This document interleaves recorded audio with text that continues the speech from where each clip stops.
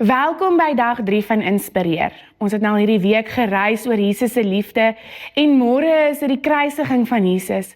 En vandag lees ons in Johannes 10 vers 10. Die dief kom vir niks anders nie, as om te steel, dood te maak en te vernietig.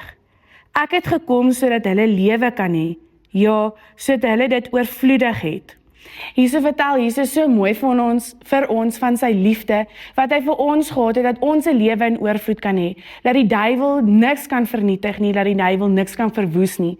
Maak nie saak waardeur ons gaan, dat dit voel dat die moeilikste tye is nie, Jesus het gekom en hy kan alles weer volmaak. So kom ons onthou dit hierdie tyd, dat Jesus die een is wat ons lief het en Jesus die een is wat altyd daar sal wees en ons altyd sal volmaak en ons nooit sal vernietig nie.